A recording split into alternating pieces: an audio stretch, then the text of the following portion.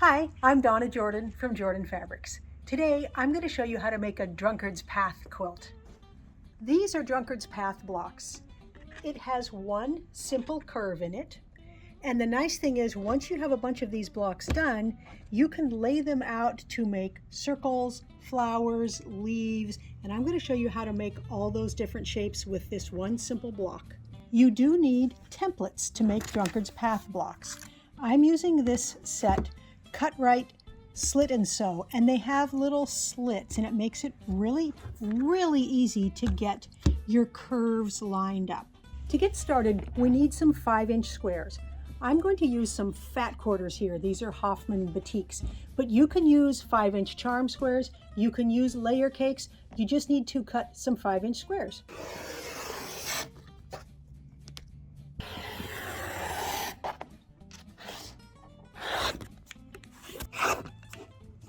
We've got some squares and we're ready to cut them with our template. But before we cut, the template set comes with this handy grabber material. It feels a lot like sandpaper. And I'm going to cut a little piece off with my bad scissors that I don't use for fabric. And there's some stickiness on here. You can peel away part of it. And then this part is sticky. And I'm going to put it on the back side just right here. And that way when we set this template on the square, it tends to not move because that holds it in place. All we have to do is cut right along this curve. And I'm using a smaller cutter here. I'm using the 45 millimeter size. It's a little bit smaller and it's a little easier to get around those curves. The next step is these slits here. I find it easiest to mark them. So I'm just going to make a small pencil mark right along each of these slits. And I'm in the seam allowance. I'm not drawing beyond that 1/4 inch. You can try taking your cutter and cutting the slits with your cutter. But I find that a little bit tricky. So I like to mark it first and then just take some little scissors and make a small cut.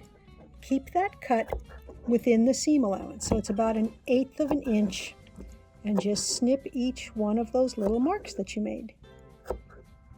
Those pieces are cut and marked. The next step is to cut some background. Now for the background, I like to cut 6-inch squares. I like to cut the squares bigger because it'll be more efficient to get this piece out of a 6-inch square than if we were doing just a 5-inch.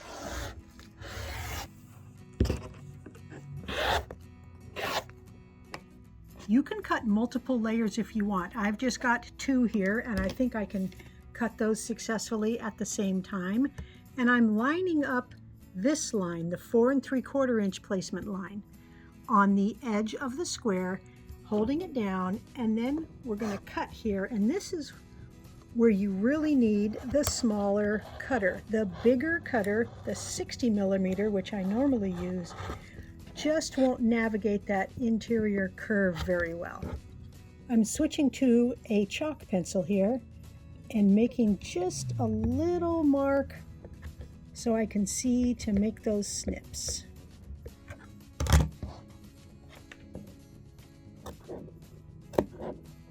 Because we used a 6-inch square, we can spin this around and cut another piece on the scrap that we have left over. We're still going to have a scrap left from the middle, and I'm going to try to come up with some project that will use these nice petal-shaped pieces that we have from the leftovers. Here's how we stitch these together. Take one of these guys and one of the printed ones, and this one goes on the top, and we are lining up the top edges right here and at the very top right now, and we're going to take a couple of stitches. So we're using a 1/4 inch seam allowance and just take a couple stitches. Now all we're going to do is curve this bottom piece that way and the top piece that way as we're sewing. So these little slits that we made we're lining those up as we go. So you can see those slits. See where this slit is here? We want this to hit that little slit there. So all you have to do is stitch a couple of stitches and keep moving the bottom piece to the left and the top piece to the right. And it feels a little awkward at first, but just trust that if you line those slits up, the pieces are going to go. So I'm trying to keep the 1/4 inch right here. It doesn't matter what's going on down here. It's right here that you want everything lined up. So just keep stitching slow and moving both pieces as you go. And hopefully when you get to the end, everything will line up like that. And it looks a little messy because it does stretch a little as you're sewing. The seam allowance is going to go toward the curved piece. And I find that if I just squish it like this, it helps not distort it.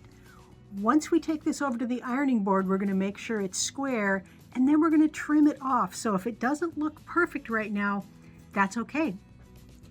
What we want is a 1/4 inch left on this black here and here.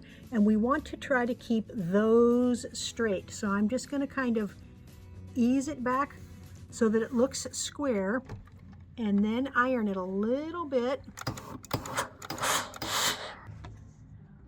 Line up this dark color on the lines on your cutting board here and trim it to 4.5 inches. So we're only trimming a little bit off of here and then a little bit off of here. And our block is now exactly square, and it was very easy to stitch up. I have plenty of blocks done now, and I also went ahead and cut some 4.5 inch squares from the prints and a few 4.5 inch from the background. And let's have some fun. There are so many things you can make. Of course, you can put together circles. So if we put 4 of these together, we will make a circle, but we can add around that.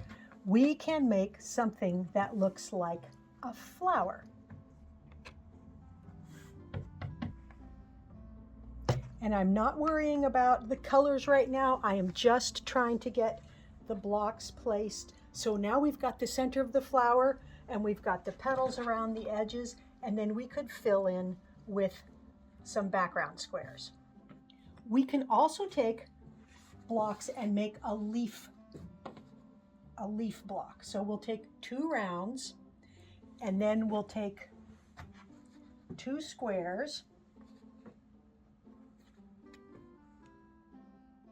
And when you stitch that all together, you've got a nice leaf.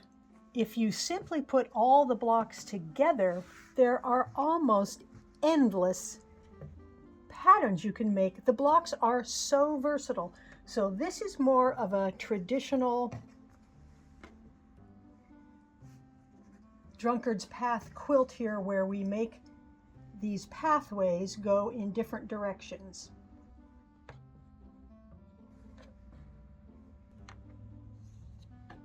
So what I've got going here is the center of a quilt, and we can keep extending the same pattern as we go around, and it'll get bigger and bigger, and you won't believe all the different interesting shapes you can make just with this one block. Here's another block that looks a lot like a flower, but it's quite a bit more modern looking. So we're going to put those in the center. We're going to put a circle in the center.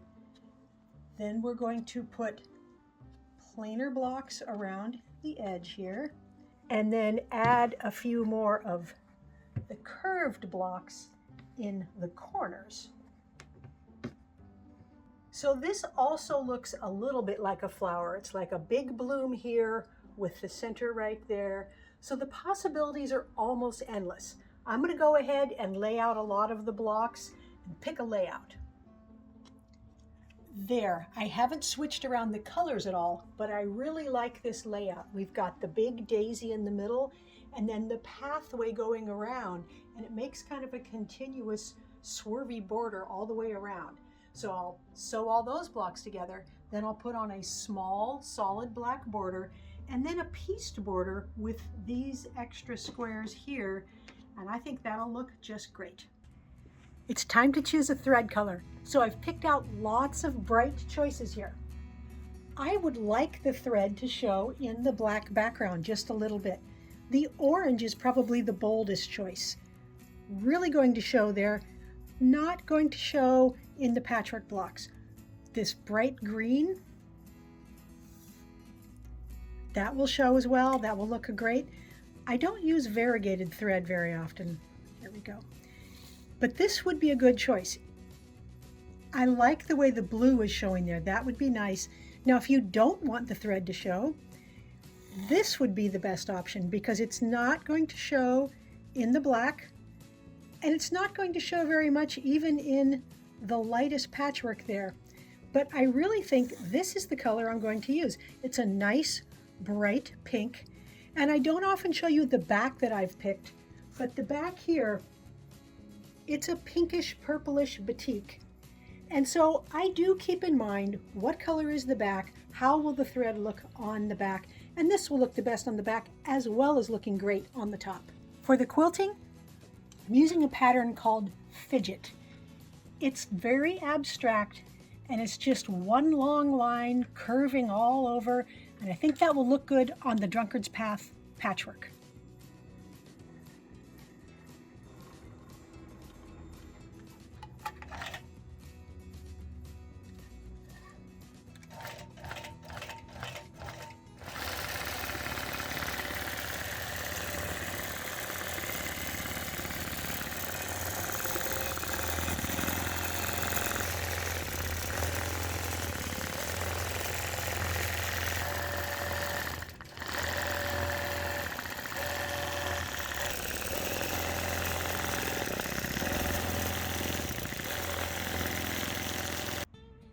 I've got the Drunkard's Path quilt all done. This is what I would call a wall hanging size. You could also use it for a baby quilt or a small throw. It's about 44 by 52 inches. Very happy with the quilting. That pink thread doesn't show very much, but I love the windiness of all that quilting there. And the back side, you can't see the quilting at all because there's so much going on in the print, but the color of this matches the top very nicely. I put these squares all the way around the outside. I put a 2.5 inch cut size border here, so everything fit very easily. It's very easy to make this from charm squares, fat quarters, or layer cakes because you're basically starting with 5-inch squares for all of these guys, and these were just cut down to 4.5 inches. I wanted to give you a couple of hints for when you stitch your blocks together. If you're putting two together like this, the seam allowances, they're not nesting, they're both going the same way, so it's a little bit thick. It's a little bit hard to get those lined up perfectly, but you can do it. Also, when you stitch this way, you are just skating along the edge of that seam right there because you want your circles to be very close together but not necessarily overlapping. Let me show you what I mean.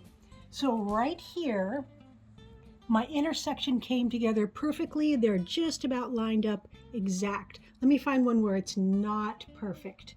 This one right here is not perfect. The green one is up a little bit farther than the purple side. Now, when you make your own quilt, don't point out the flaws like this. If it doesn't bother you too much, just let it go. It doesn't bother me. And here's where these come together here. You want them just to meet right at the intersection there. If they overlap a little, it's not going to make the quilt look bad. I'm just showing you so that you can improve your skills for when you make your quilt. Remember, quilting, it's a hobby. You can be as picky as you like, or you can let things go. You get to make it to your own standard, and that's one of the nicest joys of quilting. One more tip. We used our template, the slits in here, to mark little slits that we made in the fabric. You don't have to cut it. You can use a pencil or a chalk pencil. The slits don't make it so easier. They're simply so that you can mark everything to get it matched up easy. Remember those extra little pieces we got when we were cutting out the black? We had scraps that looked like this. I drew a little leaf template, then I traced that onto fusible material here, and I cut out these leaves and I fused them onto the squares.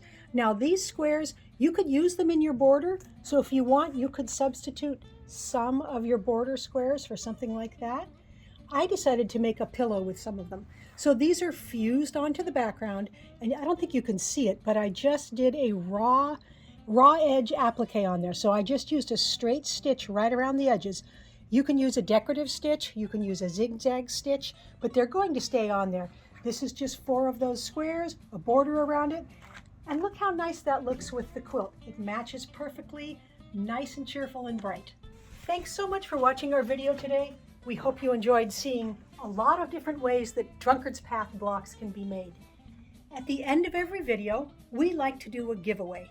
Today's giveaway is a pattern called Cutting Corners, and this whole quilt was actually made with just one fabric. A fabric that had kind of an ombre, so a lot of different colors along the width of the fabric.